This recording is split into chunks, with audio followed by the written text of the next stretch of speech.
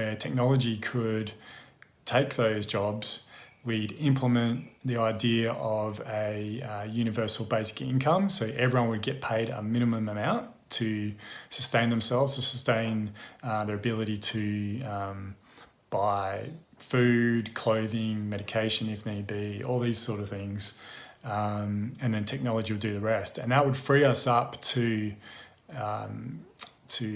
create. So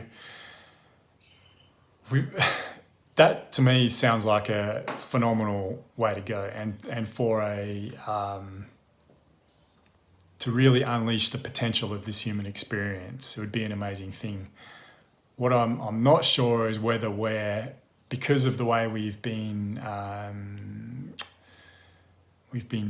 fashioned into this like a domesticated species, where the ability to think for ourselves and to create has been taken away from us. I mean, it happens from a very young age where we're in school, and then all the way up into our working lives, where the ability to be able to just think for ourselves, to be with ourselves, to create, and to manifest into this physical realm, these ideas that we have, it's almost non-existent. I mean, except for the true artists out there that can do that. I mean, we all have the potential. There's no doubt about that. We have the potential, each of us as individuals, to create anything that we like.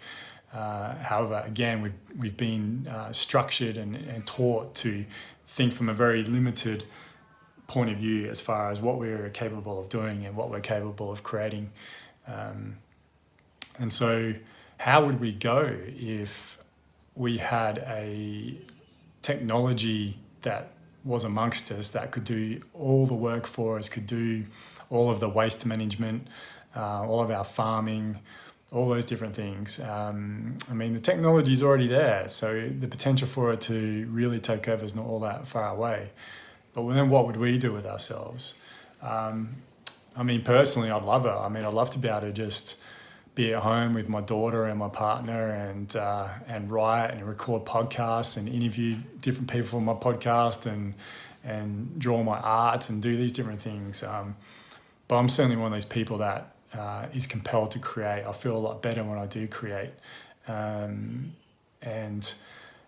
again, unfortunately, not everyone feels comfortable doing that. So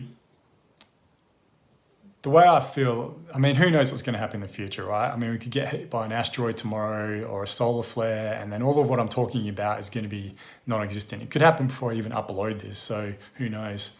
But if it was to happen that we could create, or something was created where where technology would fundamentally do everything for us, we'd still have choices in services we'd like to offer, of course.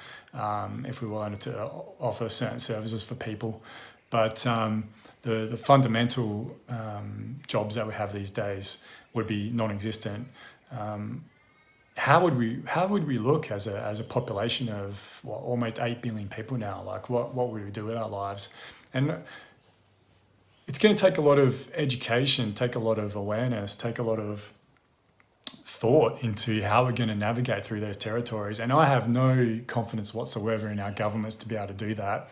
I feel like when this happens, or if this happens, I should say, we're really going to need to have leaders step up and say and talk about and create a discourse around how we're going to evolve physically, emotionally, spiritually, intellectually with this new paradigm we see ourselves in. It's going to require like a council of people that who have got a broad width of experience, who are able to look at it, this whole thing objectively, listen to other people's opinions, take on board other people's opinions, whether they agree with them or not, whether they're from a left-leaning perspective or whether they're from a right-leaning perspective, and come up with solutions from there.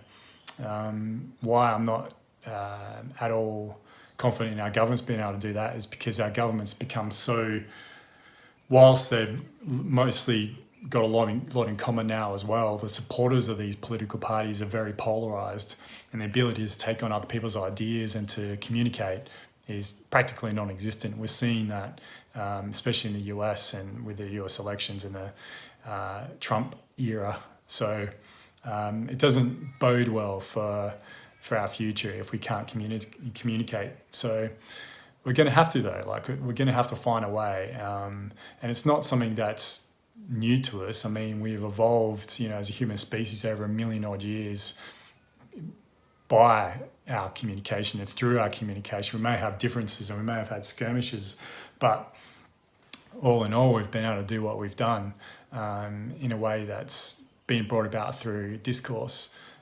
So we really need to recreate that and do it in a very objective, empathetic manner too, if we can.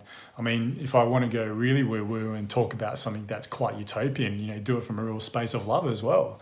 Have it from, get rid of fear and hatred in the way we relate to each other.